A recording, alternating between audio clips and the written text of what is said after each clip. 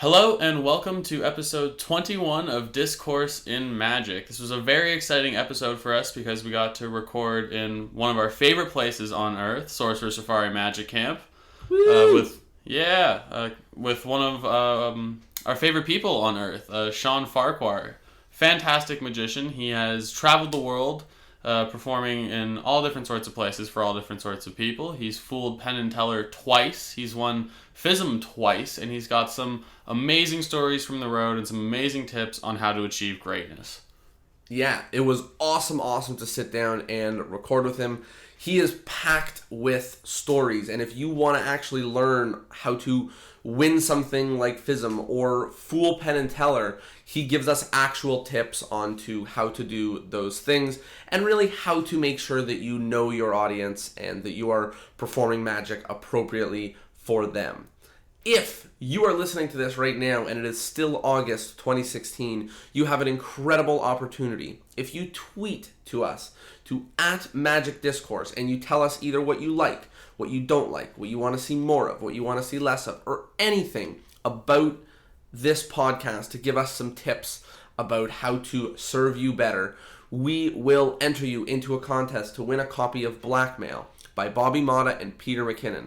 It is an absolutely awesome tool, and I would love to see one of you take it home. Other than that, here it is, Shawn Farquhar, awesome magician, full of many stories and experiences from audiences all around the world. And without further ado, here it is, episode 21 of Discourse in Magic.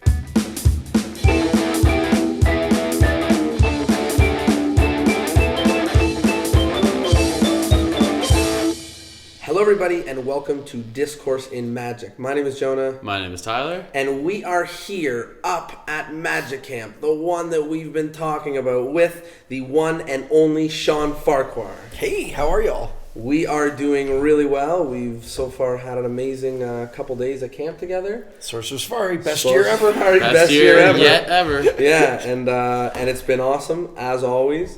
And we decided to capitalize on this opportunity at 12:30 at night. Yeah. We're sitting on the stage. Yeah. The stage where hours ago it was so hot in here, sweat was stinging our eyes. Oh, yeah. It's the coolest place in the camp.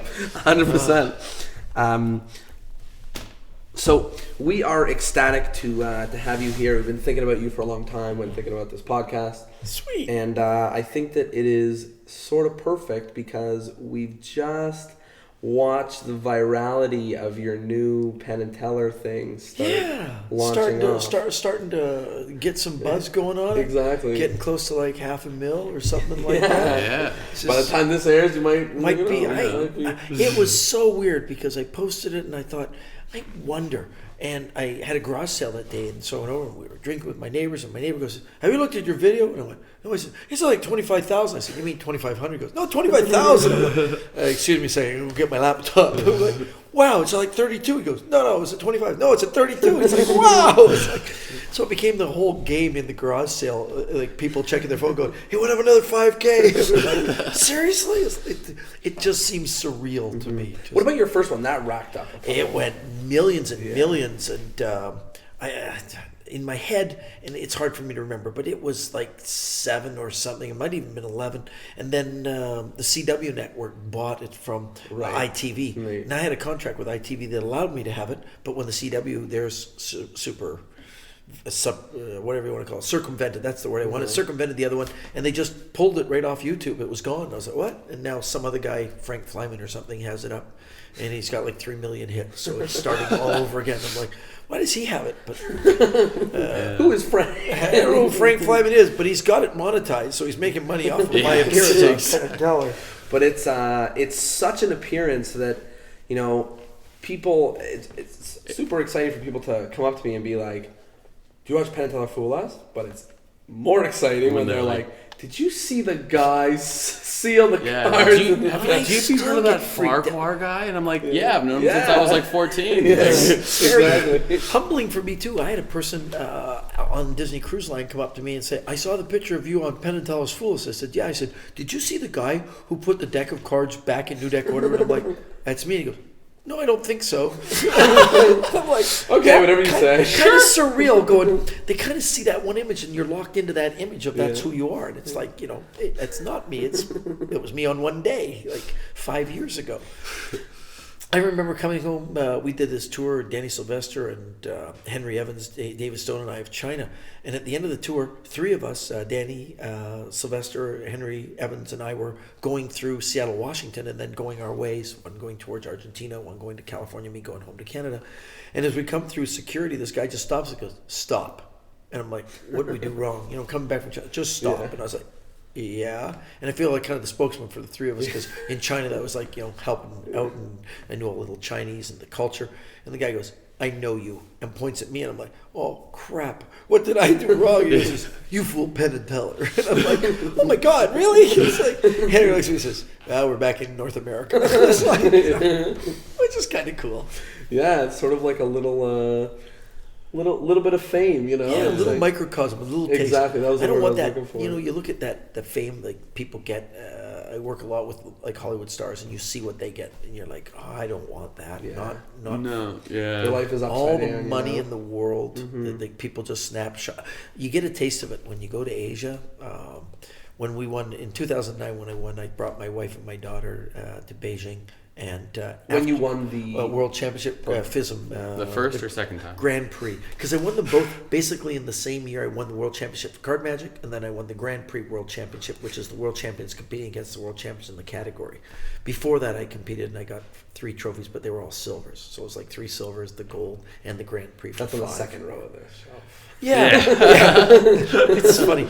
None of them sit on shelves. My wife bought me a nice cabinet to put them all in, and we put them there for about 2 months, and I just said, yeah, that was then. It's done. Yeah. I'm waiting for my Fool Us trophy though, because I want to cut a piece of plastic with a number 2 on it, so it'll say "F you too." I think that'll be fun. Yeah, but I remember when we were in Beijing and we were walking down the street after it aired on television, and like 300 million people saw the show in China, and walking down the street, and people were just grabbing me and like turning me around and just taking a picture, not even asking.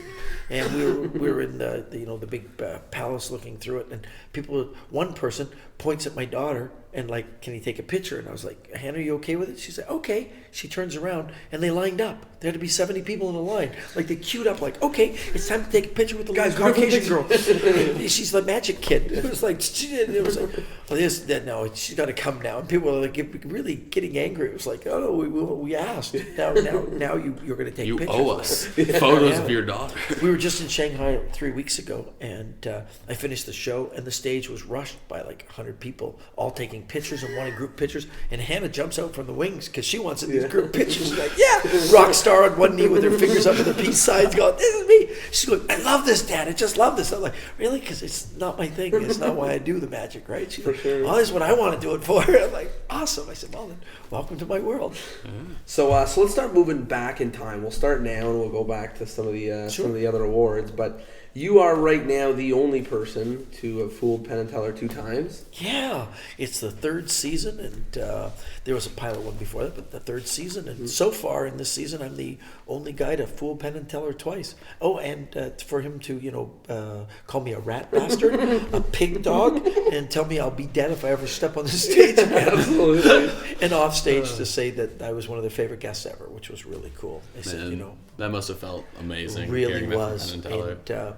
And, when I did the card one, I never ever told them how I did the trick. But with the book one, when I finished, I came off stage and Penn ran behind me. Hey, little man, wait for me. And I was like, oh. And he goes, you never told us the card one, but tell me this one. Come on, let me in. I was like, do you really want to know? And he said, yeah. And I asked him for a few more guesses. He gave a couple of really great guesses, which weren't how it worked. And then I told him, and his expression was so great. It was almost like anger and shock. And then he grabbed the curtain, opened it up, and stuck his head out and said, hey, Teller, come back here. You're going to kill yourself. Teller came running back, and then I asked him if he had any more guesses, and Teller gave a couple more that were even better, and one that Penn had already said. And then I told him, and they both laughed. And they, he said, technology never fools us. Sleight of hand doesn't get us, but a stupid thing like that. Yeah. So I was like, yes, it was so great. And they said, you're one of our favorite guests we've ever had. We love that you did this. And we talked for quite some time backstage, which I've never really spent any time with them. Yeah, yeah.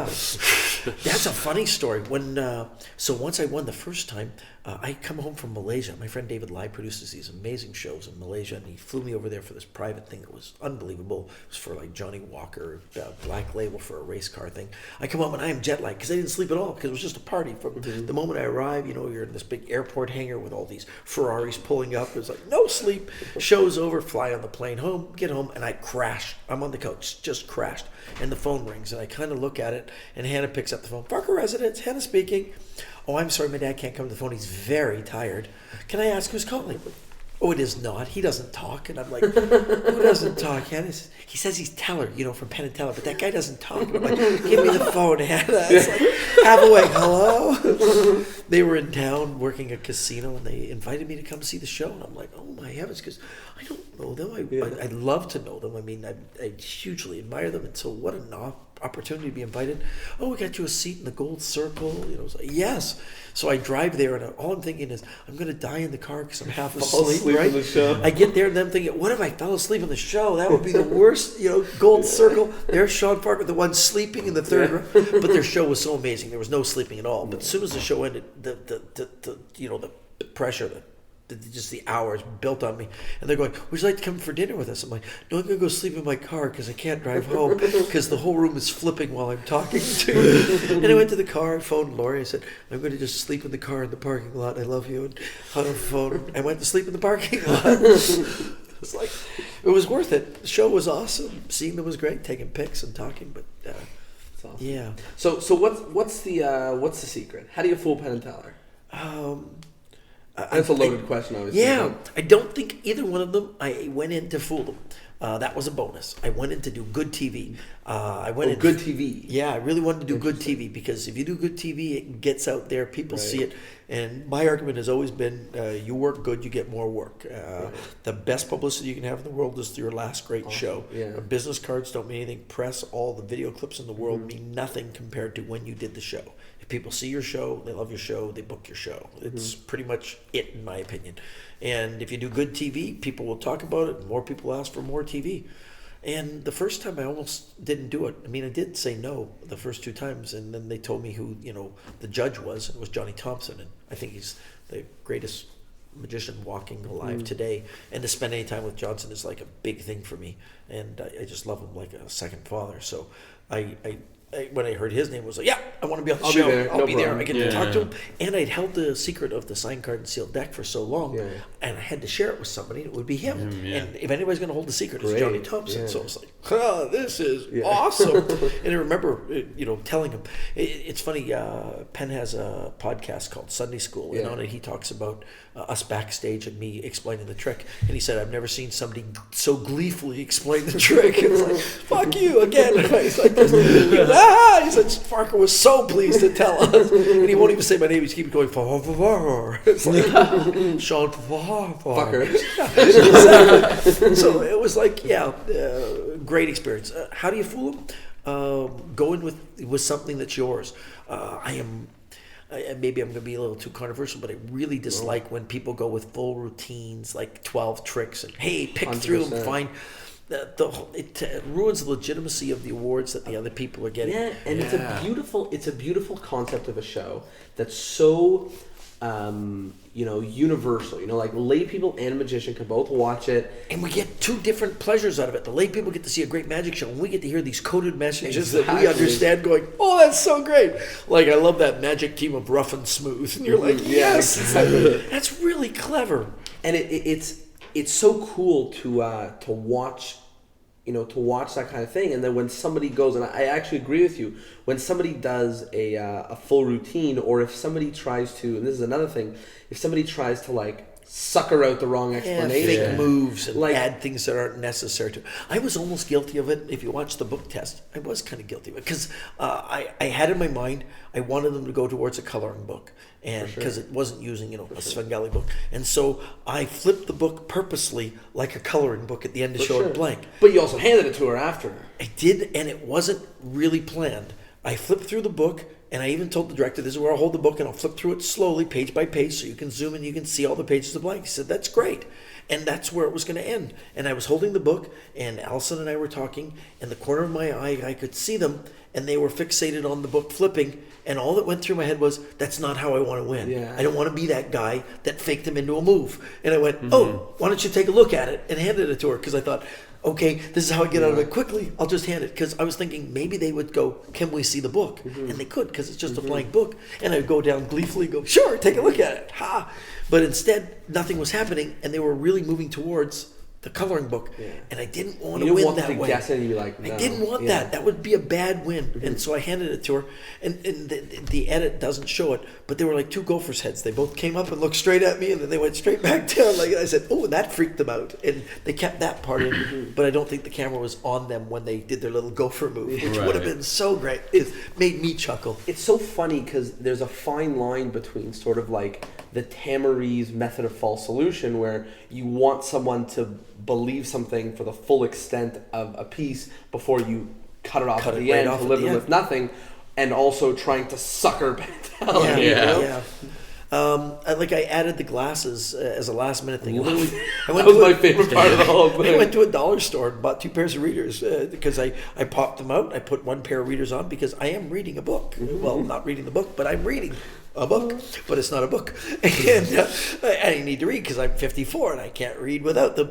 And I wanted to shout out to Jerry Andrus because he was a mentor of mine, and he always wore glasses without lenses. And I tried in less than a day in Las Vegas to find a place to get like reader contacts. And I tried, and I couldn't find them anywhere. And I thought, well, maybe if I get a pair of those contacts that have the color or whatever, and I put them in, it drove my eyes just crazy. I'm never going to wear contacts in my life because it was like, nope, that's not good. Because the first time you're going to go on stage. It's a great place to do it. Oh, it is live because you only get one shot at it, and it's in front of a live audience, and you don't get to meet the audience. You know, most performers, when you do a show, you're sitting in the back and you're listening to the audience, or if you're lucky, you can sit in the back and see the audience, and then you go out. With Penn and Teller, they sequester you in a different floor, and you have to go up in an elevator, and you're escorted into the theater, and then you just walk right out, and there's no moment of anything. It's like you're just cold. Hey, and Johnny Thompson and Mike Close give the best advice. I know many people. Mike Close said it too. He said, when you walk out on stage, just stop, take a deep breath, take in the whole situation, then begin, because you're not going to remember the rest of it at all. And he's right. And I remember walking out with deja vu. It was a great moment to just go, I'm back. This is really nice. And I came back because it was such a great experience the first time. I filmed with ITV in London, and Jamie Gladwin was in the audience. 2 of my friends who are singers have a group called Eden were there. Shoma, a whole bunch of people, and they allowed us to watch each other. And I was the first act on the first day, so I was the first guy to fool them in the first season. John Archer fooled them the first in the pilot. But and it's funny because the pilot didn't air over here, so a lot of the press is saying, Shawn Farquhar was the first one to fool him the first season, and the first one is fooled in the second season. And I'm here to set the record straight. It's not really true at all. John Archer's the first one to ever fool them. He fooled them in the pilot. And I was the first one to fool him in the first season, but I didn't even air until towards the end of that season. And in this one, I was the 3rd or 4th day of filming, so lots of people fooled them before me. I was just the first one to air. So if you're going to technically go with, one is filming and one is airing, well, now you're just picking. They're picking it apart. And I'm like, okay, let's just put it at. I fooled them twice, and I'm really surprised I did it first, and super thrilled I did it a second. So, and if you want to fool them, play on their misconceptions and play on their strengths. Dan Harlan's a great example of that. Absolutely killed it. He took a trick that they knew that he would know, that they knew, that he knew, that he knew, that they knew, and then he did exactly what they thought he wouldn't do, which is why he fooled them. They even said, "We saw, we loved your fake, take," and he's like, just smiling, going, no fake take there. But what a great moment to do. It was perfect. Yeah.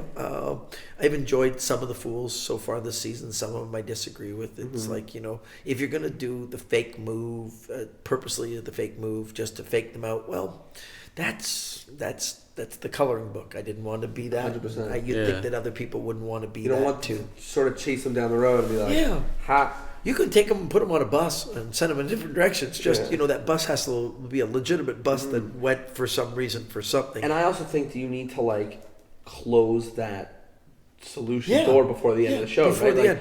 so that they've lost the ability to trace the one that's correct because they were too busy following the other bus, and then you shut down that bus and they're like, I'm lost That now. was the only thing I had. Wait a second. Right. You gave me something and now it's gone. Exactly. As opposed to leave it there lingering. And allow them to make the mistake and trying to... I never dreamed that the glasses would be such a big issue on YouTube. There's got to be like 500 comments, and a third of them are Google Glasses UV. He's reading Braille, and I'm like, the glasses got... I even went so far... I went so far as to put a link at the end of the video now that goes to another show where I'm not wearing glasses. Maybe it's two different methods, and I'm like, lighten up. The glasses mean nothing, and then people are going, well, it's a book switch, and I'm like, you heard them ask if it was a book switch. There was no book switch, because if there was a book switch, I wouldn't have fooled them. Yeah, exactly. I wouldn't be having this conversation. And we were chatting about it earlier, and you sort of hinted at it, but there are judges backstage who know how it works. Our famous camper Mike Close is one of two, and and he's Johnny with us Thompson. here. Mike Close hanging out here, and it's great because I'm trying to pick him for inside information on who's coming up. Because while we're here at camp, Greg Fruin is performing on it on the Wednesday. Yeah, he's on it, and we've had other Canadians on it. Lots of Canadians on it. Maddie was a great fool. It was amazing because he led him exactly where every magician would go. Exactly, wow, that's great. And it's like there's no reference. Nope. Wow. It's not even techniques, Surprise, exactly. right? And what he said was true. He was like, I invent all my slides, right? Yeah. So they're just like, well, I don't have no idea. Well, I can't research. You didn't write books yet. It's not like there's any books out there. Yeah, exactly. He could do some of René Levon's stuff if there was. There's not much there. So I've really enjoyed a lot of the Fools, and a couple of them I think were kind of lame. But I'm looking forward to the rest of the season. I'm hoping more people watch it because the ratings are sitting at like less than 3 million, because they're directly up. They're on Wednesday night and they're up against AGT. The fact is, AGT airs over and over again, and you can watch that on YouTube. Watch Fool Us. And who stars AGT? Yeah, magicians. Yeah, there's lots of magicians on it. Brundage is killing it. All my friends are on it. Tommy Tennant, Emily, and Steve Brundage are on it, and Sos and Victoria, and it's just a huge amount of great acts taking place on it.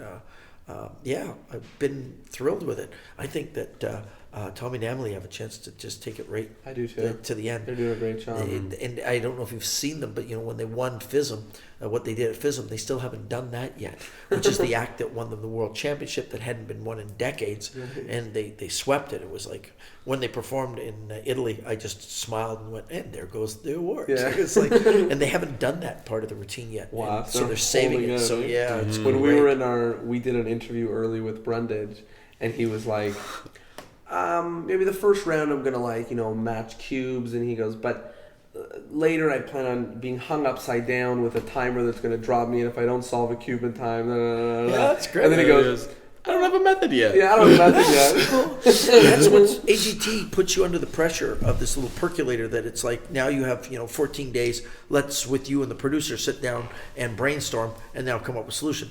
I can't tell you the amount of times I've had AGT contestants phone me like the day before going, need a method. And I'm like, really? You're 24 hours out and you're going to try to do a new method in front of a third of America watching your show, and then they'll watch it. It's Shawn, we need it now. You're like, stop making fun of us. We messed up. Give us a method. One guy phoned like almost every one of my friends going, I need a double levitation. Anybody got double levitation? It's like, seriously, now you're trying to rent a prop. It's like that you've never performed before in your life and you need it in the next 24. Yep. It's like, good luck with that. It's like, so you got none in your garage. Why am I talking to you? Click. It's like, next. Yeah. I'm also surprised by the amount of people that have phoned me or texted me or emailed me and asked me, now that you fooled them twice and you can't go back, can you make a magic trick for me to fool them? I'm like, really? Yeah, you'd be surprised. It doesn't matter if you actually fool them or not. I've offered to a couple of people who are good friends, said, you know what, I don't get to go back, and I have so much more I would love to see, and they're your character, and I would help you with it. And I guess people heard and went, oh, Shawn's giving away tricks for free. Free fooling tricks from Shawn. Fooling tricks. Yeah, I don't know. So let's go further back in time. Sure. And talk about those the FISM awards and what your approach was with that. Yeah, because you're not trying to fool the magicians necessarily for FISM. You're trying to put on a magic show for them, right? The first time was 2003, and I had no idea what I was getting into. It's not like any other competition in the world. You're timed on how long your rehearsal is. You're timed, How long your rehearsal is. Yeah, timed on how long your technical rehearsal is. And, I'm a talker, so I arrive, hey, nice to meet you, blah, blah, blah, blah. And they were like, well, let's get this done because you have 3 minutes left. What do you mean I have 3 minutes left? Well, the second you walked on the stage was the beginning of your, what? Yeah, we have to do so many acts a day. So this is, so I learned the next time it was like walk on the stage. Yeah. I need electrical plug there. I need 2 tape marks there. 2 people are going to pull this up. But one of the guys like, slow down. I said, no. You keep up with me because I know I've only got 6 minutes out here. And we need it. And we've become, Gay and I are best friends now because of that, because he's the technical guru of FISM. And he was like, it was so funny when you came out the second time. It was like, you were business. I'm like, yeah. First time I was like, hey, I'm backstage in the theater, right? Yeah. The first time I went, I thought it was just, I'm going to do 2 killer tricks and fool them. And I did great. I had one small little technical error. I bought new French cuffs on my shirt. And as I was moving one of the cups, my French cuff touched another cup and it tipped the cup. And you could see the large ball underneath the cup. And I leaned it back and the crowd all went, oh. And I looked at them and said, what, you didn't expect a large ball in the cup and ball routine? Huge laugh from the audience. I produced the ball, and then a second later, I showed the cup was a solid block of steel. Right. Place went nuts. And I'm like, I'm in. And I was like the second act on the first day. So it's like 7 days of competition. And I'm watching every act going, I think I got that guy. Yeah. I think I'm better than that. Yeah. That one's iffy. This one is iffy. That one's cleanly way above him. No problem. And you're going through watching. And then like on the third day, 2 guys came up, both judges, Tommy Wonder and Tony Shelley. Tony's from England, Tommy Wonder from Holland. They came over to me and they said, we have a question for you. And I didn't know they were judges. They're just Tommy Wonder. Tony Shelley was president of the IBM at the time. And I said, well, yeah, what are you talking about? We watched your performance. We liked, thank you. I said, Tommy and I are disagreeing over something. When you tipped the cup with your cuff and you showed the ball, Tommy thinks you did it as a deliberate thing for the reaction of the solid cup a moment later, and I think you made a mistake. And my answer should have been, yeah, and walked away. Whatever you like. Right? Yeah. Whatever you want. That's what I should have said. But, I'm honest. I'm Canadian. That's what we do. I said, yeah, it tipped, but I covered it really well. And it came back and they said, yes, and I got a second prize. And I was like, damn, should have kept my mouth shut. Yeah. Not that the guy who won didn't deserve it. Did a great job. And his ended up being glass cups that were solid. Was something new he'd added just in time leading up to it. So it was pretty cool. And I learned then that I needed to... And you feel that was what did it? Or No, I feel that I probably deserved exactly what I got because I made a mistake and it was straight up. Right. But if I kept my mouth shut, maybe it'd have been a little tougher for them to make the same decision. Yeah. They probably would have still made the same decision. Yeah. But I cannot be arrogant and say, I kicked. No, exactly. That's not me. Of course on purpose. Yeah. Suck it, you didn't. I got exactly what I deserved, and I was happy with it. And then I went back to 2006, and I thought, I only worked on the first day, and I was done, and that was nerve-wracking sitting around. I should go in 2 categories, because you can go on stage and close. I'll go in both, and so I did. And the stage was like parlor. I built this all. This is a long week. I'll go on twice. Yeah, why not? Yeah. I'm on the first day in Stockholm, and they're still building the stage. Like they're screwing it, there's hammering and vibrations, and I'm setting my gear, and I'm saying to the guy, I need the 2 plugs. I need this. That's got to be forward. He's like, slow down. No. I know the time. Let's get this done. Not my first rodeo. I'm in the competition. I'm doing a variation of Shape My Heart that's a parlor with this giant heart-shaped screen behind, and I'm in the middle of the routine. Almost towards the end of the routine. Laurie's on stage with the camera videotaping it, and a man in the front row who writes for a magazine decided he needed power, and he unplugged my projector. I had to plug in his laptop, and my projector just went off. And it was like, what? And so the last 30 seconds of my show didn't have any. And I stood up, spit cards out of my mouth. The crowd went kind of nuts. They went on. I said, how do you think I feel? Yeah. And then I finished the trick and I got a second prize. And it's funny, I tell the story, I share the story with Mike Close. And he's like, yeah, he must not have known what was going on. There's no way someone would do something like that. And I said, well, whatever, that's what happened. And he's laughing about it. Now advanced to 2009, we're in Beijing, and Mike Close is hired as the pianist to play the music. And he's playing the music, having a great time, and all of a sudden there's no sound. Because the same guy unplugged his organ to plug in his laptop. And I keep running down and go, hey, and Mike's leaving going, okay, no bullshit in that story. He's like, totally, that's what the guy did. It's like, unbelievable. So, I got second prize in both categories I went into. And And it was great. And I didn't deserve better. I was doing my signed card and sealed deck, and I felt very confident. In the preliminaries, it rocked. The place went crazy, standing ovation. I know I'm good. And I'm in the top 3 of the 6 that are going to be in the finals. And it's a good lineup with people like Rick Merrill and David Stone. Yeah, just really great people. And I'm like, okay, I'm in the 6. This is great. And John Fisher's producing a TV show out of this. And he says, how can we shoot you? And I said, well, at the point when I'm going to open up the deck of cards, you can have like a boom camera come in from above. Just cut the angle straight down. There's no way I have to do anything. I'll open the box. I'll show the cards. There'll be 1 card reversed. I'll take it out. It'll be great. Oh, that's awesome for television. And I pick a volunteer, and I pick Mark D'Souza, who's a magician I know and respect, so I know he won't screw with me. I don't know him well, but I know him well enough to know he'll be good. He speaks English. He's from America. It's the perfect volunteer. I get him up there. I do the card trick. He signs the card. I put it in the deck. I open up the box. I shake the cards out. And as I'm putting the box away, Mark's eyes kind of look at the box, and he looks at me with kind of a look of like, hey, that's not right.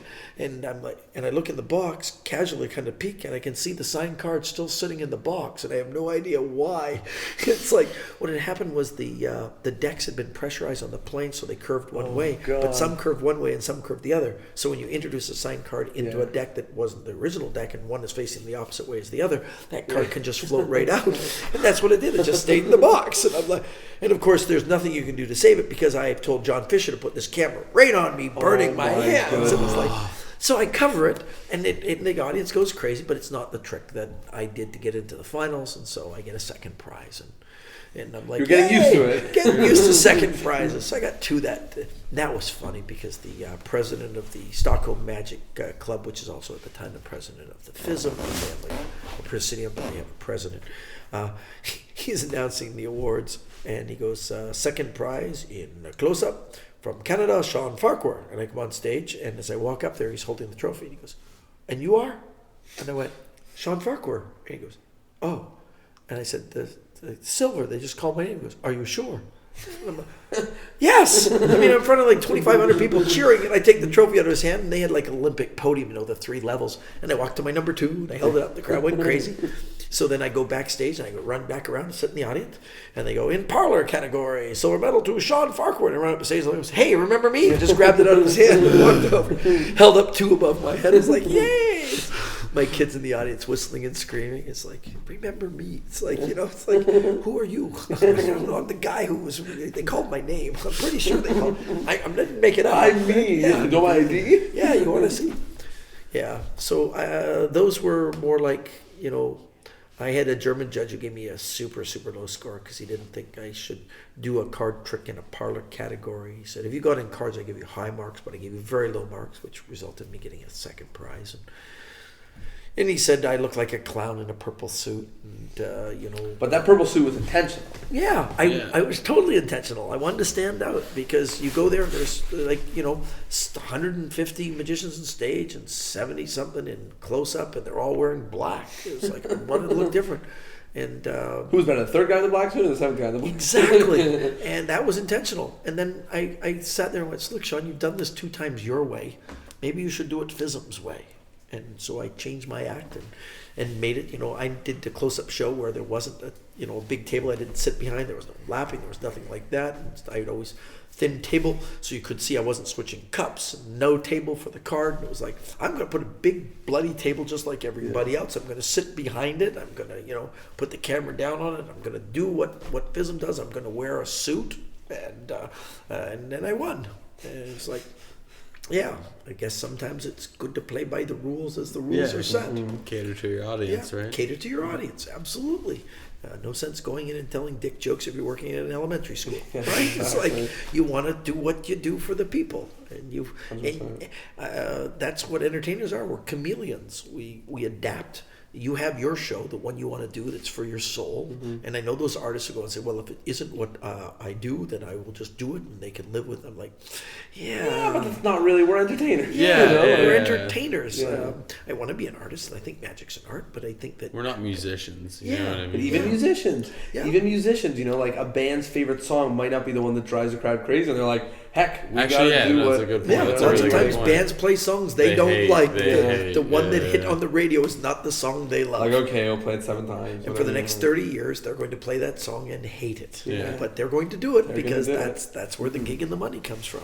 You've performed in a ton of different sort of settings for a Just long time. about and- everything. Yeah. Exactly, between like cruise ships and places where you don't speak the language. Birthday parties, trade shows, comedy clubs, nightclubs. I performed in pubs. I performed standing on a strip club stage at the Penthouse nightclub, home of the Hustler Honey. You name it, I've done it. I've stood in front of a lit dartboard in Rocky Mountain House because it's the only bright light in the entire pub, and you're just worried that some drunk's going to throw a dart at your head while you're doing the show. And I've done it all. I don't think there's any place I haven't played. I've played the Las Vegas stage. I've played 60,000 seat arenas, and I've played on a stage that was designated for a chicken shit bingo contest, and I got to go on after the 2 chicken shit on the squares with the numbers that people bet on. So I've been on every stage you can imagine. Okay? That's so good. You name a stage, I've been on it. So the question is, how do you know your audience before you get there? I mean, obviously there's an element of it where you have to learn how to do a show in a different language or whatever the case may be, but you know, between audiences of magicians and audiences of drunks and audience of, I know there's a story where you did a deaf audience. Yeah. They didn't even tell me they were deaf. I got on, the night before I was on the ship. It was the opening night, and I was feeling a little ill, so I slept. And I guess the passengers, you know, they were all introduced as there. We have like 1,200 passengers on board, and they're all hearing impaired. And then that night, they pumped the music. They turned the speakers down towards the floor so that the audience could feel the vibration. I missed that all. All I arrived is on my day. I got up in the afternoon, went and did my tech, went out to do my show. I was like 10 minutes into the show, and there was no applause. And I said, hey, you know, bring up the lights, and my friend Kerry brings up the lights, and I looked at the audience, and I, you know, looked just like regular people, not drunk, not tired or anything. It wasn't like they were beaten into the ground. And I said, ladies and gentlemen, you know, let me explain something to you. The more you give back to me, the more I'll give back to you. Let's have some fun. Come on, make some noise. And they all put their hands up in the air and wiggled them, and I was like, oh my God, you're all deaf. And I immediately knew. I was like, hey. And I started signing. I went, hi. And I, my name is Shawn, and I signed Shawn, and they went, they all clapped. I was like, yeah, waving in the air. And I'm like, keep the house lights up. Let's get this going. And I did the show, and it was great. And then for the rest of the week, we hung out. They taught me more sign, and they taught me every swear word in sign. It was awesome fun. You know, they're great people. You can make mistakes. I've done lots. I've misjudged audiences. That anybody who says they haven't is lying to you. It's like I played a club in Prince Rupert, British Columbia, called the Surf Club, and the guy who hired me said you do 2 sets in between the band. So the band was called the Riffs, and I'm talking like 1989 maybe. And the Riffs played, then me, then the Riffs, then me, and then the Riffs, and it was Lori and I. And the Riffs played the first set, and we did ours, and it was okay. But, you know, they're a drunk crowd out to party. It was like Welfare Wednesday night. They were emptying their check out. And then the band played their second set. Now you've got them really, really drunk and almost out of money. And I come up to do the set, and some guys figured out that if he kills the magician, the band has to come back on. He just jumps over the railing. It was like a sunken kind of dance floor, so people high up, sunken dance floor, and then the stage back up at the same level as the people on the outside rail. And this guy jumps down onto the dance floor and pushing people out of the way and coming right at me. And the people are just standing on the dance floor watching my show. And he's pushing them out of the way, and he's coming right at me. And I'm feeling the microphone stand, thinking, there's a lot of weight on the bottom. At least I'll hit him in the forehead. That might take him out, because he's like, and these 2 guys jump over the rail too. They land next to him, and they start beating on him. And I'm like, whoa, and I'm waiting. And then the one guy looks up in the middle of this beating. He looks up and says, well, keep going. We like you. You know, you're like, wow, this is, had it all and loved it all. I wouldn't be who I am. Sure. I did a Nelson, BC. It was just after they filmed the movie Roxanne. Roxanne, I think it was called, with Steve Martin, where it's a Cyrano Bergerac story. And I was working with a comic, and he was writing new material every day. He now works for the CBC's Air Force. But at the time, he was writing new material every day, and some of it was funny, some of it wasn't. And we had to do like an hour and a half show. And he was doing 20 minutes. I was doing an hour and 10. And this particular night in Nelson, BC, we came down and the pub was empty. There was nobody. I was like, this is weird. How do you judge an audience? How do you gauge who you, if there's nobody there? And I'm like, well, maybe there isn't going to be anybody. I go up, I get some gear, I come down, and the place is packed, wall to wall. All men, 2 women. And they're like, okay. And they're rough, the tattoos all over, shaved heads, and big men, and they're all dirty, and you're like, okay, this is going to be a tough show. And the opening guy gets up, he's 5 minutes into his act telling funny jokes about Nelson and their big streets and their high staircases going up and colorful urinals or something, and all of a sudden I hear smash and I see someone's hit him with an ashtray, and he's bleeding.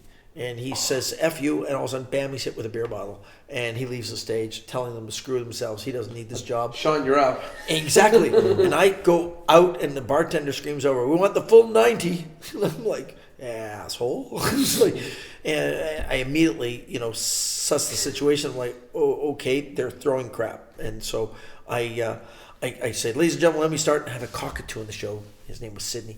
I showed this, I've got a cockatoo loaded right off the top. I said, let me show you my favorite trick. Oh, I'm going to make a bird appear. I cover my hand with a cloth and I flip them the bird. Give them the finger. They all kind of laugh. And then this one guy goes, not so funny. At which point I produced the cockatoo and I leaned it right towards his face. And there's this big parrot going, and waving his wings, and the guy's backing straight up in his chair. And I say the line really rude. I say, if you don't shut up, I'll have this bird fly over there, rip off your head, and shit down your throat. And the crowd goes nuts. They're a tough crowd. You've got no choice. Sure. You've got to be tough back. I've now sussed it out. I pick the biggest guy in the room, and I bring him up and say, prison, right? Yeah, exactly, prison. I say, what's the biggest bill you got in your pocket? I got 100. Take it out. He takes out the $100 bill, and I take out a lighter, and I set fire to it. And he's looking at me, and I'm burning a $100 bill right in front of him. There's no switch, there's no nothing. I'm burning a $100 bill, and the bill's gone. I said, magic! The crowd's laughing, and he looks at me and said, I'm going to kill you. I said, no. You kill me, you don't get your $100 back. I said, I get to the end of the show, I'll make your $100 bill appear as the finale to the show. That's how that works. I die before then, I get hit with an ashtray, somebody interrupts me, I decide to quit, no $100. And he looks at me and goes, oh, okay. And walks back down to the audience. And I have a bouncer. People are speaking. He's going, shut up. And I made it through the whole show. The bartender gives me my money, counts out his hundreds. I take 100, walk right over. There you go. He's going, what? I said, no trick. No. I burned a $100 bill. He thought it was going to be magic. No, I burned a $100 bill. Magic. No magic at all. It's just magical that I survived. I survived the gig. A friend of mine, Ron Mandrake, he's passed away now, but he was the son of Mandrake the magician, phoned me up about 4 months later. Hey, Shawn, I got a gig. And he was always trying to find, that gig that got it started. Loved him dearly. But and he had a great show. It just never seemed to click for him. I think it's because, he lived in the shadow of his father, Mandrake the magician from the comics and stuff. Ron phones me up about 3 months later. Shawn, I got a gig. I'm going to Nelson. I'm like, cancel it. Cancel it. And he's like, what is it? No, seriously, cancel it. He's like, no, I'm going to take it. And I get a phone call. It's like 2:30 in the morning. I'm in the hospital. And he's like, oh, that was just the worst night of my life. And I'm like, really? He says, yeah, there was like only 12 people there. And I was like, what? And he says, yeah, it was really tough. I understand. I'm like, no. I had mine was tough. Why was mine so tough? I'll tell you why. It turned out the reason they hated the guy before me was he was telling all these jokes about how beautiful Nelson was. They weren't from Nelson. They were from Alberta. They were a road crew. And they were paving a highway. And they were stuck there longer than they were supposed to be. And they hated the town. And here was this guy talking about how beautiful it was. And that's why there were only 2 girls. There were the flag girls. And the rest were all these dirty guys that were working the trucks pouring asphalt down. And I didn't know the crowd. You didn't get enough research. That can happen so easily. Even with corporates, if you don't ask the right questions, you can end up with the wrong, material for the show.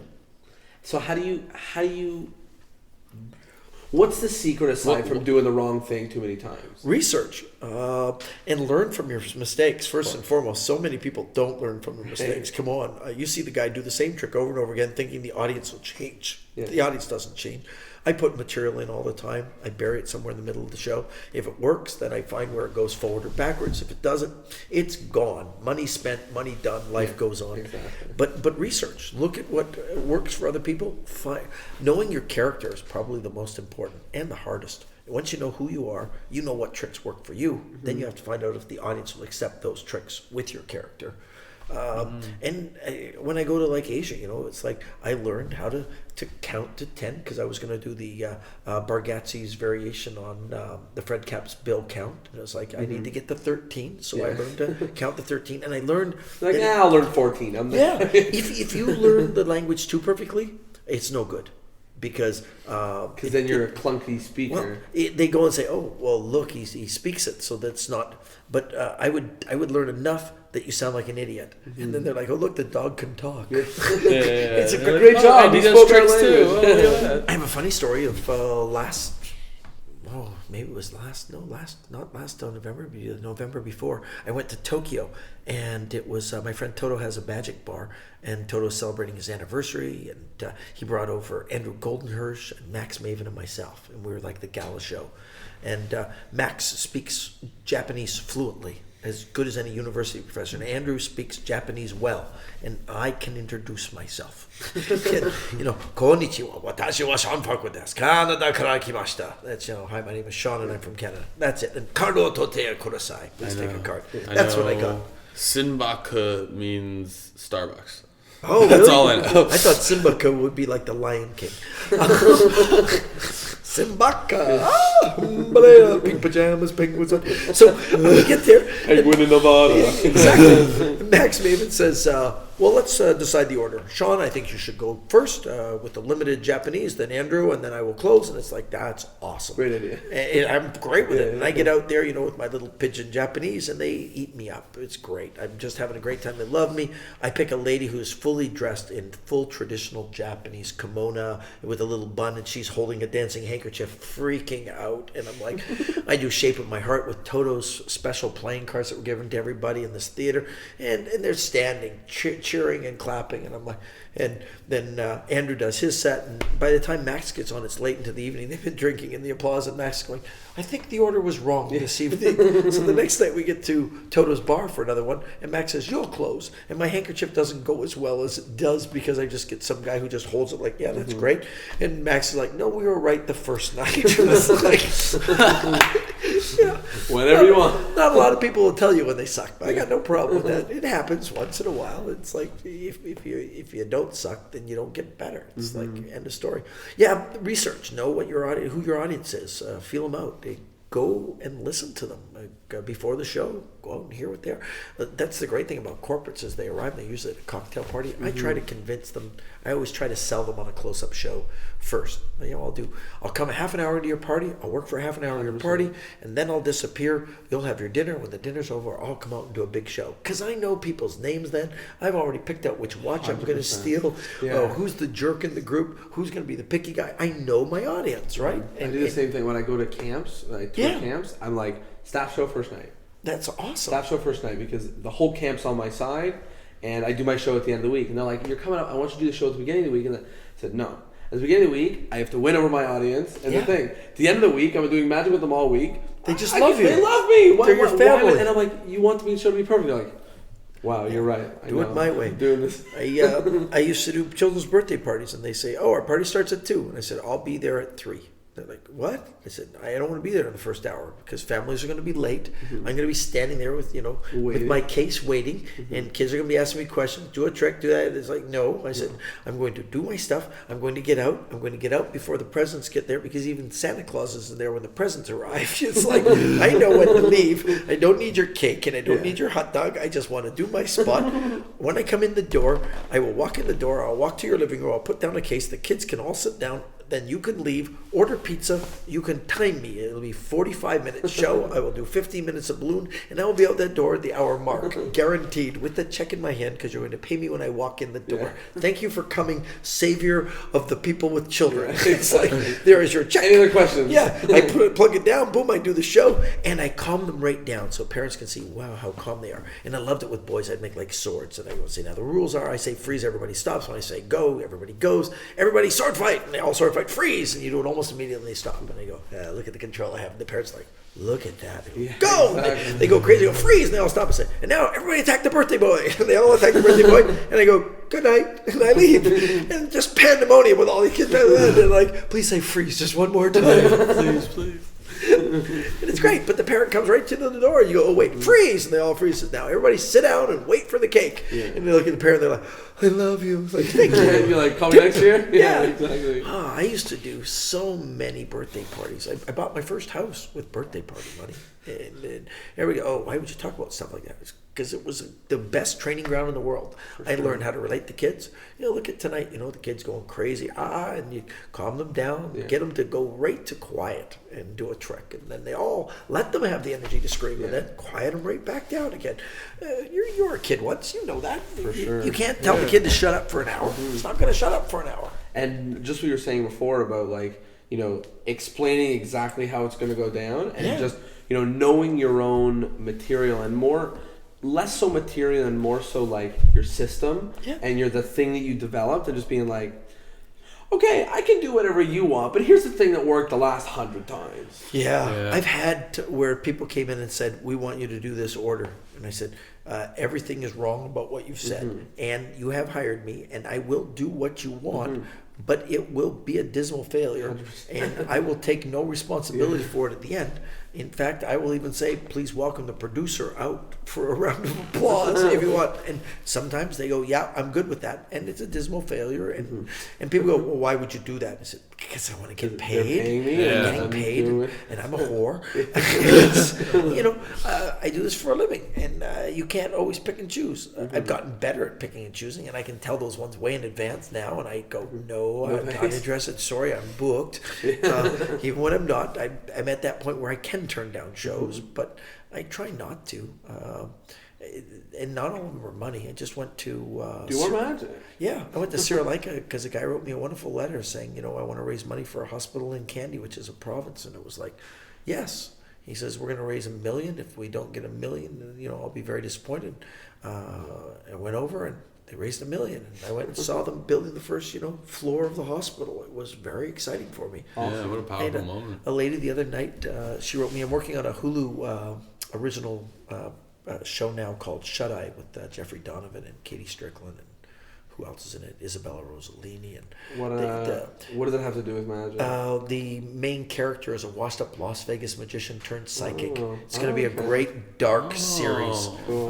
The producers who brought you, now I lost the name, Heisenberg. Come on. Oh, Breaking Bad. Yeah. Really? Yeah. Oh, so wow. It's going to be good. It's going to be good. And I work with the executive producer Ron French. We work together on like MacGyver and stuff like that. So it's really cool. So you've done a lot of helping out with. Yeah. I couldn't consulting. tell you the number, but I've done everything from the commish, 21 Jump Street, the original stuff. To, What'd you do in 21 Jump Street? Technical advising and special effects. I worked on things like Needful Things, the Stephen King, and on It with Stephen King. Oh, and, God. Wow. Don't even talk about that yeah, movie. but you talk about Nightmares. It's awesome. Nightmares forever. I love stuff like that. I did all that sort of stuff. I worked on the X-Files and Highlander. And, What? yeah. You worked on Highlander? 5 years on the Highlander. Lots of the head chopping off and floatings when he floats in the air. Those are all that stuff that I put together for it. That's And amazing. shows you've never heard of, like Mantis. You can look that I've one heard up. of Mantis. Probably from you, though. Oh, so horrible. Now there's clips on YouTube, and I'm like, oh, it was so bad. What's really funny is the technical crew, all the production end of it, were all the people from the X-Files on our vacation time when the X-Files was dark. We went and filmed this thing, which shows you that even when we have the best, and the actors, Carl Lumpy, really great actors, when something doesn't come together, you can have just the most catastrophic production ever. But it's very cool. You're talking about the Hulu show. Yeah, I'm working on. We're just finishing it right now. It's just wrapping up now, and it's exciting because it got all these great characters and all these actors, and everybody's very excited. And Alex Seaman, he's like I mentored him for many years. He's a camper, and he's there right He's been now, with us for a long time. putting it all together, and That's it's awesome. keeping it together. And he's like, he's learned to have the confidence by being at camp and to go, we're going to do this. It's like, no, this is not how it's got. This is how it has to go, and you got to be more stern with them, because we explained stuff, how we were going to do this effect, and we said the only thing you can't do is have the main character in black, and of course on the day of wardrobe he's standing there in a black tuxedo. You're like, nope. there's your way of doing it and our way of doing it. And one of them is we're going to do it and our way. We know how to do things that are impossible, and you guys know how to film them. But some of the people there, Sam is one of the most amazing young ladies, and she's fairly new to the film industry, I think, but she's like an executive assistant to the executive director. And she's just doing just the best job ever. And Jeffrey, a very sensitive the actor, he said, it's getting towards the end of the time we've been together since January working on this thing, and the tension's getting really tight because they're having to meet their deadline to get the final episode done. And he contacts me and says, I want you to do a magic show for the crew, and I'll pay you. And I'm like, yeah. He says, at lunchtime. And they built a stage, brought in lighting and sound, and put me on a stage. They rode all the chairs. Craft service brought in all the meals, and they all sat there. We did like a 30-minute show. And Isabella Rosalie comes and says, I've seen a lot of magic in my life, but never like this. Doing the dancing handkerchief in the bottle, walking down the aisles while they're eating their chicken. It's like nothing like this. Yeah, it was cool. And there was one little kid, the director of photography, the brilliant French guy. He brought his daughter, who was like maybe 5. And so she has the bottle in her hand, walking down, going, look, Papa, look, Papa. And I'm like, this could not have gone better. Jeffrey walks up afterwards. I do Cody Fisher's comedy book test in a lot of situations when I can't do my book test. And on this particular day, I wanted to do it because I brought Jeffrey. Here's the lead actor. He's a Hollywood, big wig, and I've got him on stage holding the word fart underneath, going, so is this something you do often? Oh yeah, all the time. It's like in the crowd, and the crew gets to laugh at the lead, who they have to be serious with Mr. and Sir. If you've ever worked on a film set, everything is yes sir, no sir. Mr. Farquhar, would you come over here? And it's like, Mr. Farquhar's my dad. Yeah, whatever, that's what we're calling you. Please come with us, sir, and if you could step out of this scene. And yeah, it was, and all of a sudden they were all just laughing, going, fart, he's talking about farts, that's great. And it humanized it, so it made the last few weeks really more fun again. That's awesome. Yeah, really kind of exciting. Crazy how magic can do that. Just whole take different a boundary. group and of people that are, there's tension, and then you just Diffuse let it. go of it. You're just like, wow, magic, It really is the universal language. Music, it's not universal. There's some music that just doesn't transcribe. You don't understand. I have a beautiful piece in Chinese that I asked a friend of mine, Westmead, to translate for me, because I said, the song is gorgeous and I want to do a magic trick with it. Is it any good? She said, it's about a leaf falling. I'm like, damn. It's like, that's not enough for me, right? But she's written it out. It's got more. It's found another one for me by the same singer, and it's beautiful. It talks about, and it kind of is my life. I eat alone, I travel alone, I walk alone, my life's alone. And it's like, even though I have a wife and a daughter, I spend a lot of time sitting alone in a hotel room or Airports. sitting in airports, my Yeah, God. you love airports. I just love airports. That's my world. Or in a cabin the size of a closet that most people put their clothes in, is where I live on a ship. It's like, yay me. It's like, actually my cabin's pretty big now. Used to be a closet. Now I got like a king size bed. Life is good now. I remember the closet. The cruise ship thing, because you've been doing it for a little while with Disney. Yeah, 33 years I've been on cruise ships. 33 years. A little while. Just a little while, yeah. My Now I work primarily for Disney. I do some stuff for some others, but for the last 5 years, primarily for Disney. And I work on the Disney Wonder, the magic, the fantasy, and the dream. And you can't ask for better theaters. They're as high tech as any theater on land. All moving head, Mac 2Ks. Full fly systems. I get automation techs, lighting techs, sound techs, backstage riggers, you name it. They all come out to do whatever, and I'm like, I got this little Pelican case. Turn the light on and leave it there, and then turn it off at the end. They build all these extra scenes. Oh, we're going to make this blue. We're going to put a little light on top of that. Will that be okay, Shawn? No problem. Do whatever you want. Because they're professional. Yeah, and they're so so good at their of job. course. I have this camera guy from South Africa is just one of the dearest guys in the world. And he loves when I come. I love when you come, because I get to come and see the shows. I get to work the camera for Shape of My Heart. And I do a routine called Unwritten that I do just on Disney. And he comes down to film that. And it's like, this is the best. And Just on Disney and Sorcerer's And Safari. and Sorcerer's Safari. I premiered it at Sorcerer's Safari. Yeah, The very first I time, if you remember guys that. remember, was just white playing cards awesome, with me yeah. writing with marker on them. And then I laser printed some. And then Christian from Card Shark made me the professional ones I have now. He made me like a dozen decks of them. And yeah, I would have probably given up on it. A friend of mine, Sam, introduced me to the piece of music, and it was like, wow, that's really cool. I found the CD by buying it from Natasha Bedingfield herself when she was just a little girl, selling it at HMV Records next to her brother Daniel, who was like a big star in the UK. And I have the Burns CD. It's like she recorded it on her Mac, and I paid like £5 for it. So it was like, yay me, because the one that you hear the song is pop version. It's not the one I have. The one I have. And when I leave shows, I remove it from their audio board because I don't want anybody else getting it. I'm greedy about that. I really want it to be mine, and I don't want a lot of magicians to see it because it's as strong, I think, as Shape of My Heart, if not stronger. And you've seen other people take Shape of My Heart verbatim. Yeah, bit by bit. You know, I don't own the music, and I got no problem with people doing magic. I saw a guy, I think he was from Asia. He was an Asian guy, and he did a really wicked version. I put it on my Facebook page. People, I can't believe you're promoting it. I said, it's way cool. It's like, he's not doing my routine. He's doing his routine. It's a piece of music. We don't all own it. But if I can find a piece of music that I can own or people can't find, I'm holding on to it. It's like, you know, that's the nature of it. And I really love Unwritten more so than any of the other ones, only because of the story is an actual whole story, and with all the pages and being a book, and instead of feeling like a deck of cards, it's just got a really, I don't know, great feeling to it. And so many people come up afterwards, tears in their eyes, to talk to you, and I'm like, really? Wow. You don't know how it connects. So how do you find a piece of music that works with what you do? I just listen all the time. I don't listen to any one particular radio station, and when in nightclubs, and I love, I don't even know what it's called. Shazam? Shazam is what it is, yeah. It's the orangey logo on my phone. I click that, bam, and then I collect it. But anyway. Soundhound, that's what I use. Soundhound. I use Orangey Soundhound. logo, Orangey logo. Shazam, blue logo, Blue. So he looks at me and he's like, Shazam never works for me. That's the blue one with the little sword. Yeah. It just goes listening. We We could not find it. Well, Yeah. Soundhound is one you can actually hum to. Right? Yes, Yeah. I love That is Soundhound. amazing. You know what? I hear that Soundhound actually records those hums, so you can actually go back and hear other people sounding stupid too. That's amazing. Yeah, which is great That's because so funny. I will pick a song and then it comes up. Yes, that was the one I'm that was looking it. for. Thank heavens! And I'll hear stuff and it's like it ingrains in your head. And I collect. I just heard this rap song. My daughter edited a video for her YouTube channel, and it used a rap song while she was really into one of the characters from Ghostbusters.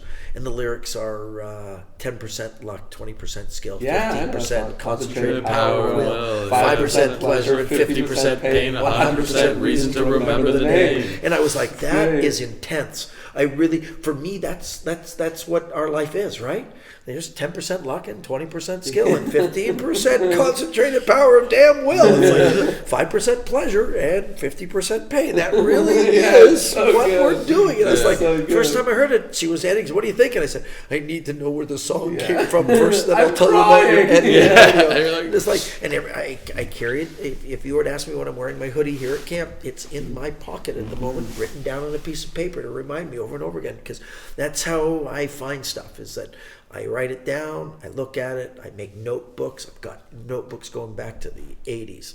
77, I think I got them going back to. And I pull them out and I look at the pictures because what a stupid idea. What was I talking? Yeah. And other ones, it's like, that one worked really well. And ones that I never did, they're going, why didn't I get around to that? That one's awesome.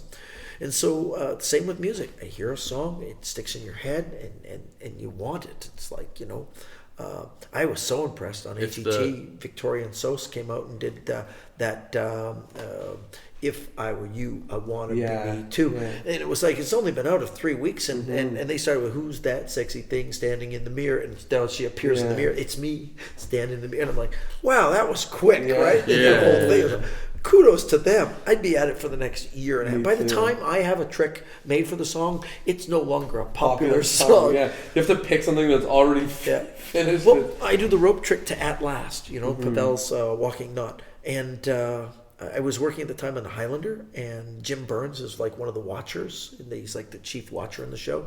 And he had his own blues program, and he asked me if I'd come on his show. It was a television show. I was like, sure. And he said, bring a trick. And I brought a trick. And he says, what kind of music do you do it to? And I said, I don't have any music. I just ask the person to say stop. I cut the rope. I tie a knot. I move it to a new place. Stop. And he's like, you should do that to music. It would be, better. And I could pick a song for you and just do the routine once. And I did the routine once. And he says, play Etta James's At Last. And they played it, and I did it, and Beautiful. filmed it, and we did 2 takes of it, and I've never changed the music ever. So that's one that just was just laid in my lap. I had a similar experience. Someone was like, what song are you opening to? What are you opening to? And I was like, I don't know. Something upbeat. Yeah. I don't know. I hadn't thought of energy? it. Just energy? That's and all then I they need. played something, and I was like, that's what I'm going to open to from now on. That was my song. Yeah, exactly. Lori and I used to do this really elegant bird act, and it was to the music soundtrack from Conan the Barbarian. Boom, boom, boom, boom, Oh, yeah. Oh, yeah. So we do this morning breakfast for the city of New Westminster. So there I'm in New Westminster, and we're going to do this act. It's breakfast time. Oh, delightful breakfast. And it's like the mayor and the police chief and all these people. And I'm going to do my Good bird old act. breakfast. Great breakfast. Dressed in a tuxedo, doing a bird act, because that's what I got. And the music starts, and that's back in the day of the tape. And it ate up the tape. And I'm man. And I looked over at the DJ, and I said, play something else. And you see him pulling it out and moving it out. And he put in Love Shack. Love Shack, baby, Love Shack. And I did my classical bird act to Love Shack. It's like, yep. Whatever.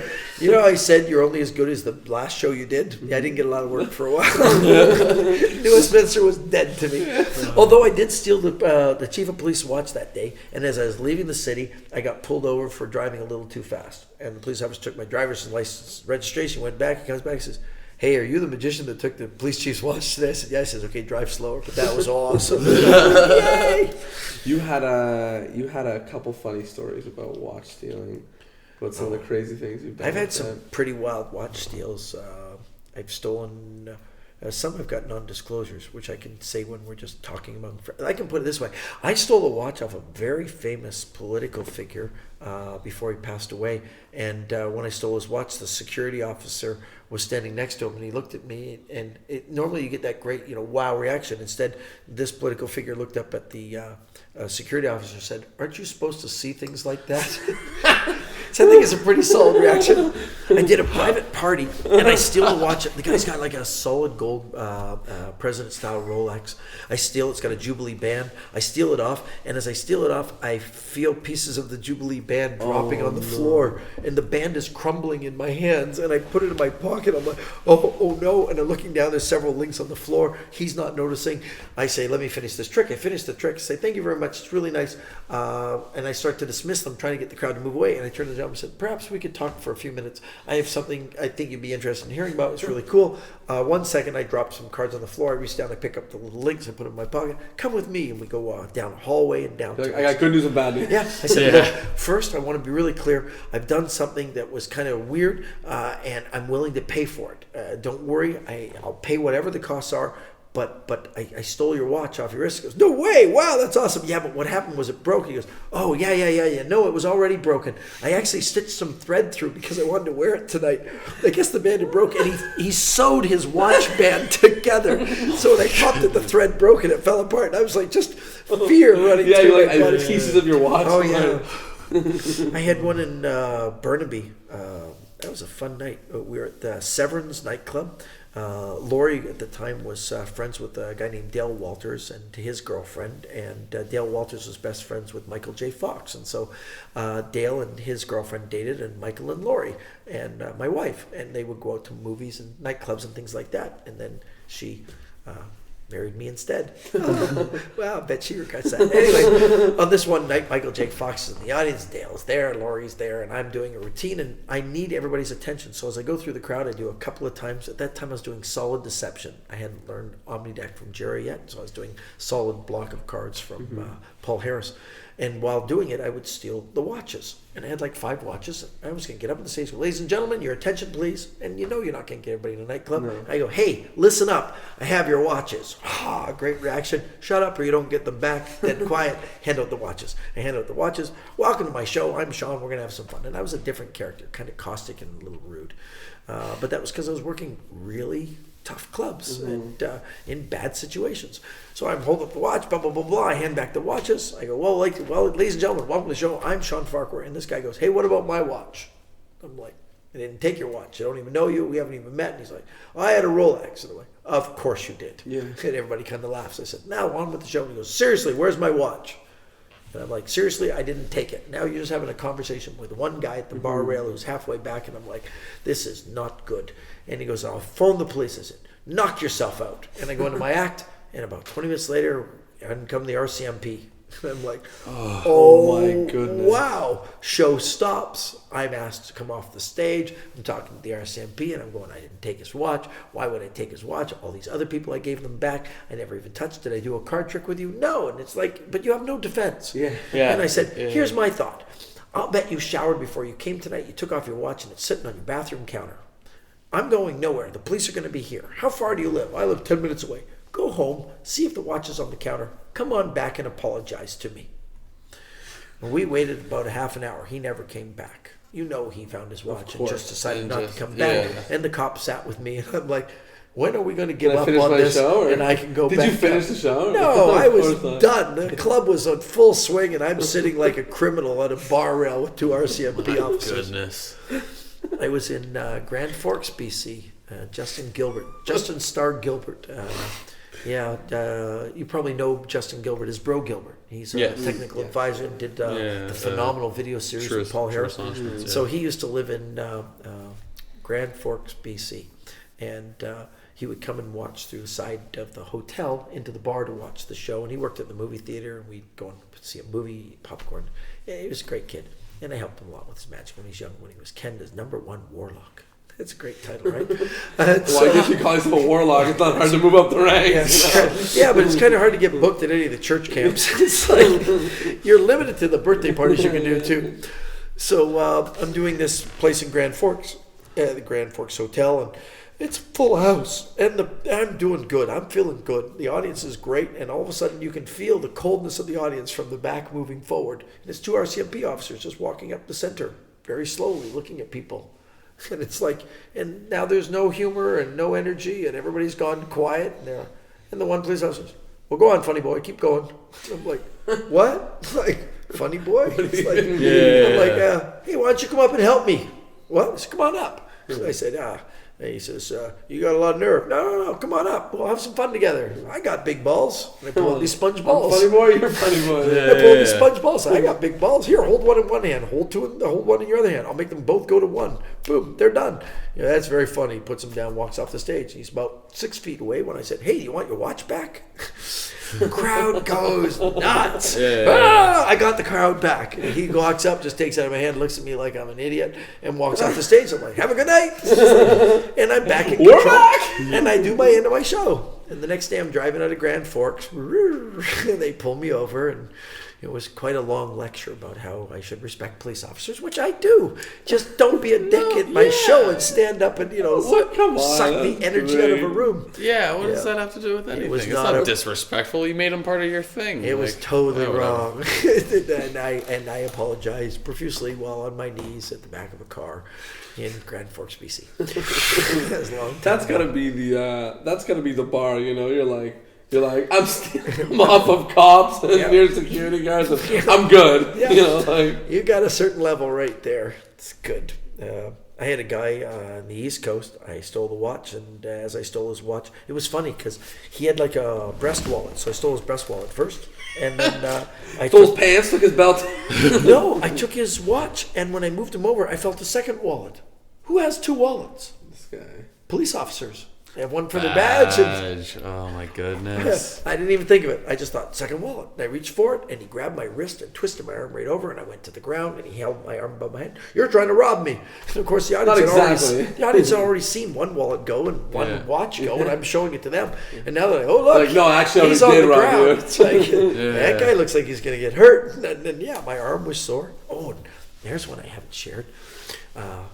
Don't do the watch steal. It's hard to do the watch steal nowadays. How do you practice?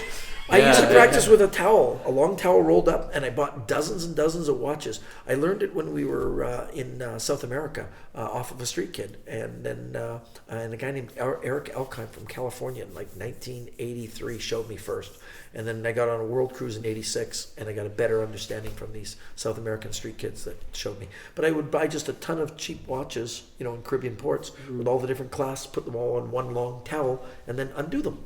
And then put them back on and undo them. And I got to the point I could actually take a watch off and put a watch on. And the idea was to take one from each, transfer them, and put them on each other's wrists, which was really fun. I did it a couple times. It wasn't, I wouldn't say beautiful, but it worked. And when it did, it was solid. And when it didn't, it was still good, So there I was stealing watches, thinking this is Giggle Fest, so many different styles and so many different places. And I was in Blackfoot, Idaho. And my daughter was maybe 8 months old, 8 months old. And I stole a watch, and Hannah was crying during the show, so I wrapped up the show quickly and realized I hadn't given the watch back. Oh, man. And the stadium had emptied out. A couple thousand people were gone. And I went over and dealt with Hannah, Lori and I, and then we took Hannah for a walk with a stroller everywhere looking for this person. I could pick him out exactly what he looked like, and I just couldn't find him. And we finally gave up. It was time to go back to set up for the next show. And we're going back, and there's this guy going in between the aisle rows of the grandstands. And I said, "Can I help you?" And he says, "Oh, yeah, I helped you in the show today." I said, "Oh, yeah, I remember that." He said, "I lost my watch." I said, "What's the cool trick?" I said, "Let me help you look for it." And I bent down and went like 2 rows. And, "Here it is." Oh, my goodness. Because I just didn't know what to do.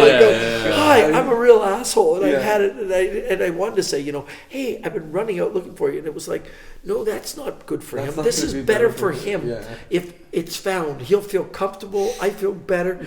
So I found it. Oh my God! Wow! I thought I looked over there. The lamest magic trick in the world. I give it. You help someone find their lost watch, but the method is very difficult. Method was difficult. The presentation sucked. Yeah, exactly. Lori looks at me and says, "You can't do the watch steal for the rest of this fair." I'm like, "Yeah, I know that. Because, if I do the watch steal, he's going to go, hey. So it's like, nope, no watch steals.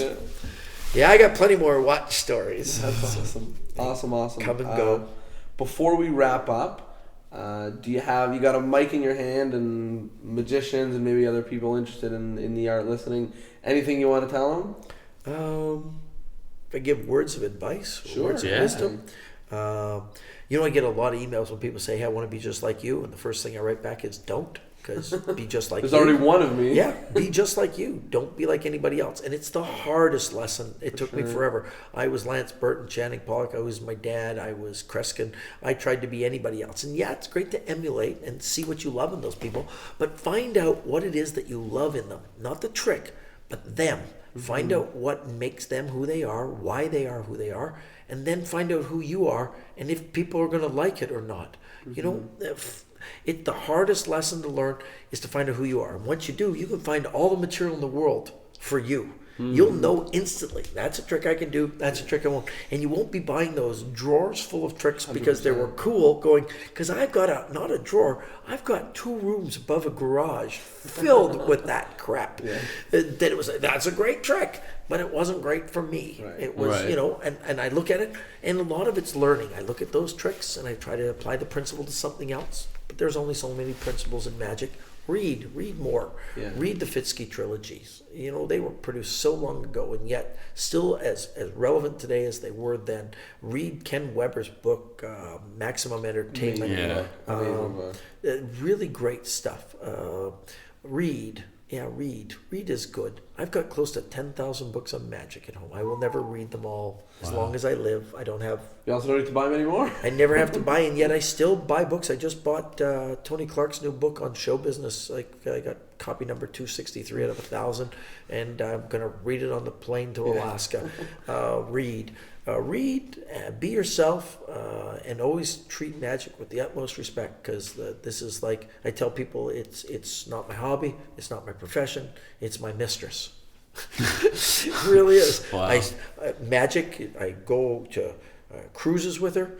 I go to hotel rooms with her. I fly on planes with her. I eat in restaurants alone with her. Magic is my mistress. It's like when I'm not with my wife, I'm with magic. It's like, please treat her gently. One of the last things that we do when we wrap up an episode is we talk about maybe something that either came from this conversation, just the way that it unfolded, or anything of that sort. And if you have something good, if you don't. But we go all of us. So for me, I really like the idea of playing the game of the people that you're playing for. Sort of what you were talking about FISM, and you were saying like took however many kicks at the can to realize whose game you were playing. And I think that especially when you start with all these competitions, Fool Us and all this different stuff, it's like, and sort of on the same note as when we were talking about bands not necessarily playing what they want, it's like you got to be able to play to exactly what the group wants. Absolutely. And of course, very it good might lesson. take however long to be able to know. It might take 3-4 second place, take a long time. It is, right? Multiple appearance on AGT to know that you have to have the story about the mother with cancer dying before she got to see you have success. Exactly. Look at the people on AGT, the ones who make it to the end, of the people that have a backstory. Mm-hmm. The talent's got to be there, but that's part of the game. But you have to be a character. Yeah, exactly. Absolutely. And on Foolish, you got to be able to find a way to. You have to learn the game, 100%. What the game is, by their rules, and win. Mm-hmm. And that goes for any performance anywhere. Yeah.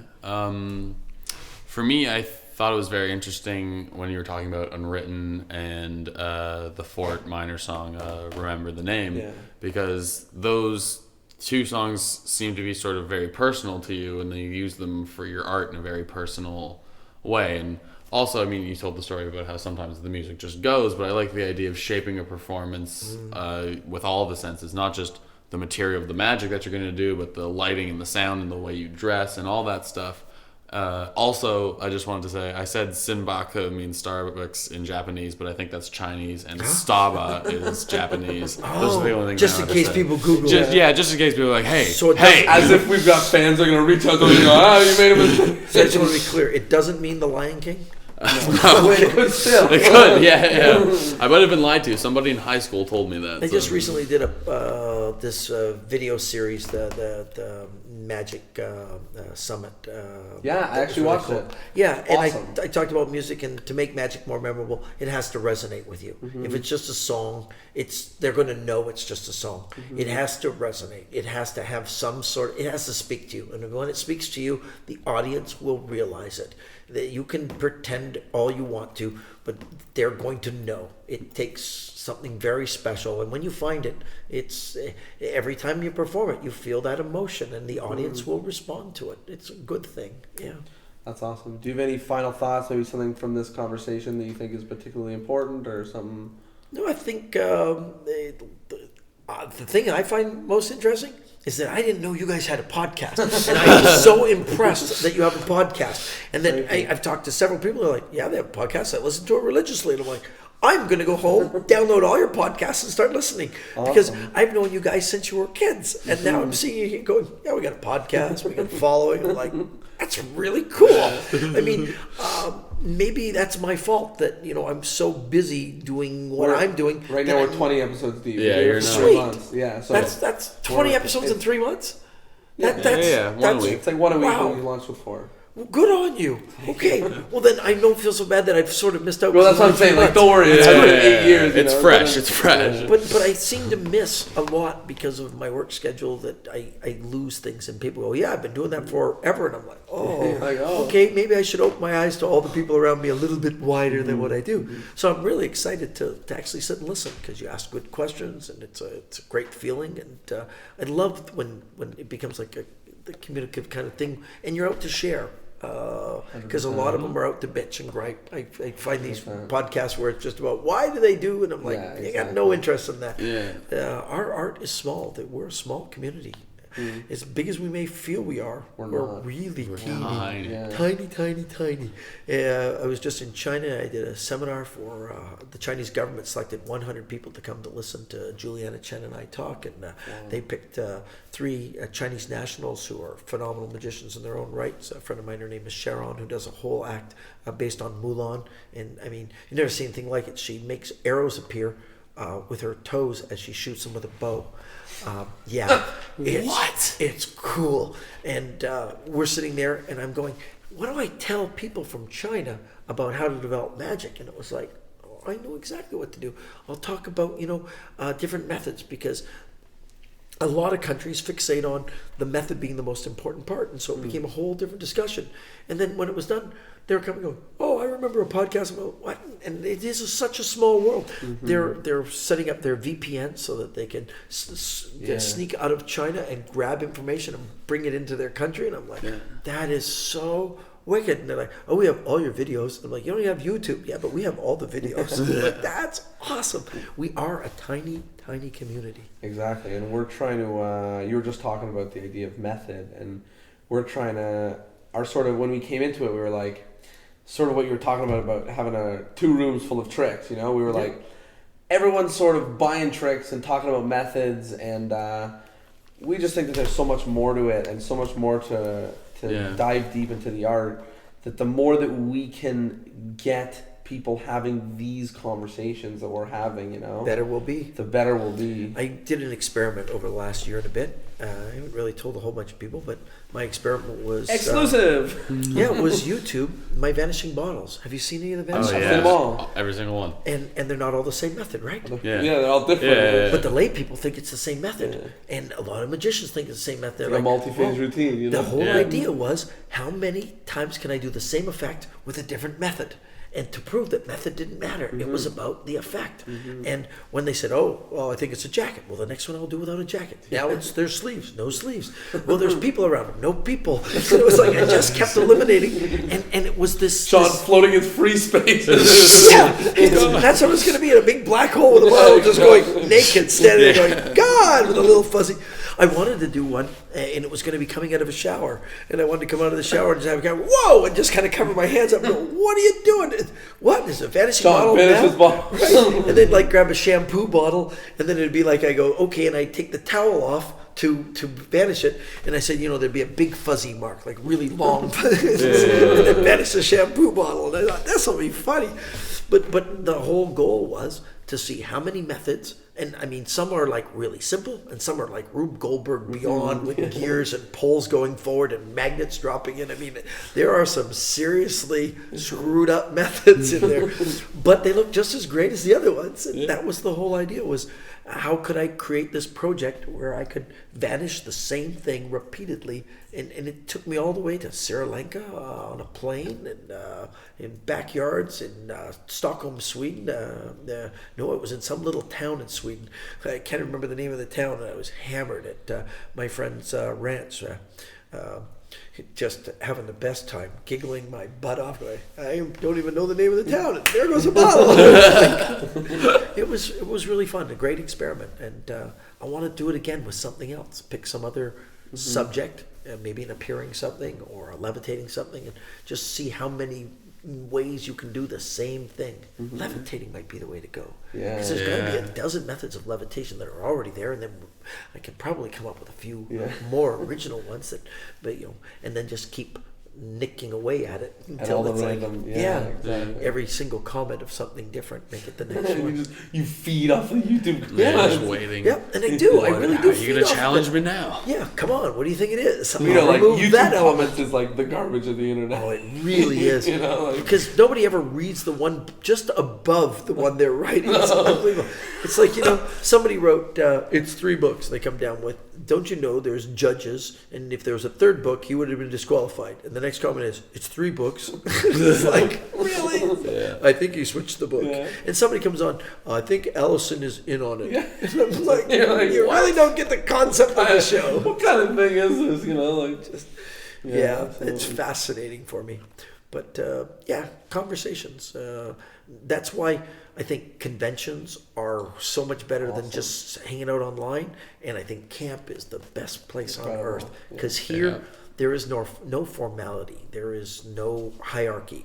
It's just a 100%. Bunch of people asking each other questions. Once in a while, we get the new camper who comes up and goes, Mr. Farquhar, can I? I was like, What? Oh, I'm sorry. Did you just call me Mr. Farquhar? Yes, sir. I said, okay, sir's got to go and Mr.'s got to go. You can call me Farquhar if you want. If you can't say Shawn, well, it feels really informal to say Shawn. Yeah. Well, what's your last name? I'm going to call you Mr. Yeah, It's exactly. like, well, I'm a kid. Yeah. So what? So am I. It's like, you're an old kid. I had a camera come up yesterday. He shone his flashlight under my face. It was like 9 o'clock, just dusk, right? Just after the show.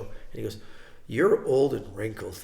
I was like, "Thanks, man. I really appreciate that." He goes, Thanks, dude. "You're welcome." And I'm like, but He doesn't understand it. Probably my camper. Yeah, I was gonna say no doubt one of yours. I can tell you exactly who it is, but anyways. Definitely my camper. Yeah, definitely. There was Rob joined us tonight. Here's a guy who came to this camp when he was 7 years old, and Rob comes up every year, sings the Moose song, and Rob says to me, "I was so freaked out. I turned on Penn and Teller on YouTube, and you're doing the card trick." So he's a little behind by 5 years. But he says, "You're doing the card trick." And he says, and I turned to my wife and said, "I know this guy. I've broke bread with him. We've slept in a cabin together. I drove him to Tim Hortons for Timbits." And he says, "I remember one night in a cabin with 8 kids, and he said, 'Hey, you want to see a routine I'm working on?' And he did this routine, and then he basically explained 80% of it to the kids." And his wife, he said to me, "So how does it work?" He says, "I don't remember." But here's that place where having that conversation it feels safe. It's like where I came to do Unwritten for the first time. Yeah. It felt safe. It was a place where I could try. And this is, of course, where this is birthed, is from this sort of openness. And even you mentioned conventions, but even at conventions, it's so common that the real secrets take place in the hotel room at 3 o'clock in the morning with 6 guys, not sessioning. Exactly. Not in the lecture, here, but in the lobby. It's like you leave lunch, you finish juggling class, and you're sitting around, you're like, "Hey, Shawn, what's your advice on this kind of thing?" It's like, let me tell you. Within 2 minutes, I was sitting today. A young camper said, "Can you show me the basics of a classic force?" And I said, "Yeah, and I'll send you my digital download for free." And immediately, Mike Close comes over and says, "I got a little touch you might like." And Suzanne's right behind it. And all of a sudden, I'm looking at this kid going, "You know who you got standing around?" You can't even appreciate. Here's the 2010 Close-Up Magician of the Year for the Magic Castle, Mike Close, who has so many accolades, it's impossible. And they're sharing this information with you when you just said to me, "Hey, can you show me a classic force?" Right? It's like, and by the way, your classic force. I did a session with you 4 years ago or something. And it kills. And it's my number one. I use it every day. I knew that I could put out the download when I came and did it, because I did it for the first time here. I said, if I can teach the campers in an hour how the rudimentaries behind it, I can do this. And so when it came time to do the download, all my friends all do it, all my students, and it was like, so who do I get? So I have a friend next door, Greg, my next door neighbor, is a mechanic, and he has a real love for magic, comes to all our parties and watches it, and he studies, and he's looking at stuff, and he's got a few books, and I said, "Greg, would you like to learn the classic force?" "Yeah, how long will that take?" I said, "I'm hoping it'll be an hour." Yeah, exactly. No way. I said, "We're going to shoot it with 5 iPhones. I'm going to put 2 cameras up, and I'm going to make a digital download to raise some money for a friend of mine who wasn't well at the time, who's doing great now." And it raised thousands of dollars, and Greg learned to do the classic force. It was all good. Awesome. Everybody wins. And I get gifts to give to people all the time now, which is really awesome. Awesome. Shawn, thank you so much. Thanks Great for having interview. me. Really fun. And really fun to be up here at camp. We talk a lot on this podcast about Sorcerer Safari. Of course. And it's so hilarious. Just say again, it's really funny. We're sitting on the stage of which I was in a show with Shawn we just finished earlier gigging today. Crazy. And then it's now at this point probably 1:45. 1:45? Yeah. This is when I get going. Exactly. Sleep Just deprivation. getting started. I'm just getting going. And I have to apparently drive tomorrow. Oh, yeah. Oh, fun. Yeah, I get to drive from here to Toronto, fly from Toronto to Seattle, Seattle to Juneau, get on the ship, and about 4 hours later I'll do a show. Yay! After camp Maybe you life. can get some rest on the I'll flight. get the sand out of my hair. Yeah, exactly. And then as soon as that's all over, Penn and Teller will call you. You won't be able to go Hey, with them. Shawn, want to go hang out? Yeah. I'm just afraid that my costumes are going to smell like bug spray when I get to Disney. I'm like, welcome to Alaska. You like my cologne? It's called Skeeter. It's like... Awesome. Thank you so much, and we will see you all on the next episode of Discourse in Magic. Take care.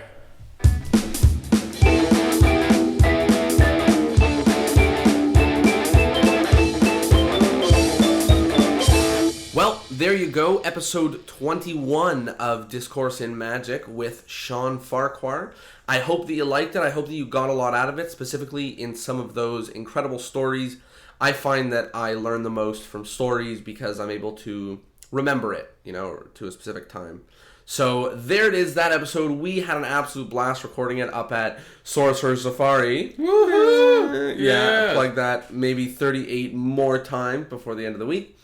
And yeah, it was absolutely awesome for us. Once again, if you're listening to this in the month of August, please send us a tweet to @MagicDiscourse telling us either what you like, what you don't like, what you want to see more of, or what you want to see less of in terms of this podcast, because we basically just want to give you what you want. So if you do that, you'll be entered to win a copy of Bobby Motta and Peter McKinnon's Blackmail, and that's an awesome tool if you are a magician or mentalist. So thank you so much for that. And now Tyler is going to tell you where to find us and follow us. Yeah, you can find us online at discourseinmagic.com. You can find us on iTunes. You can find us on Facebook. And like we mentioned earlier, you can find us on Twitter. If you're not into any of that social media nonsense, you can shoot us an email at, what is it?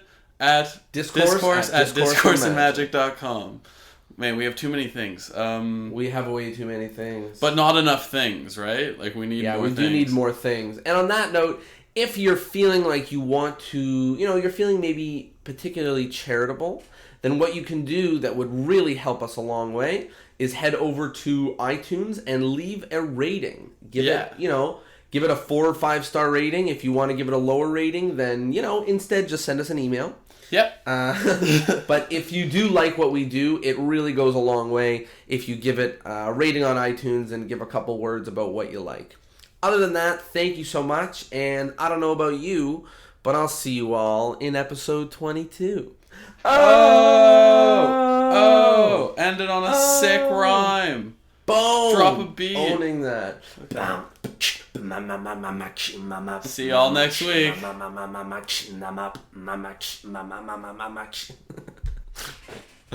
Later.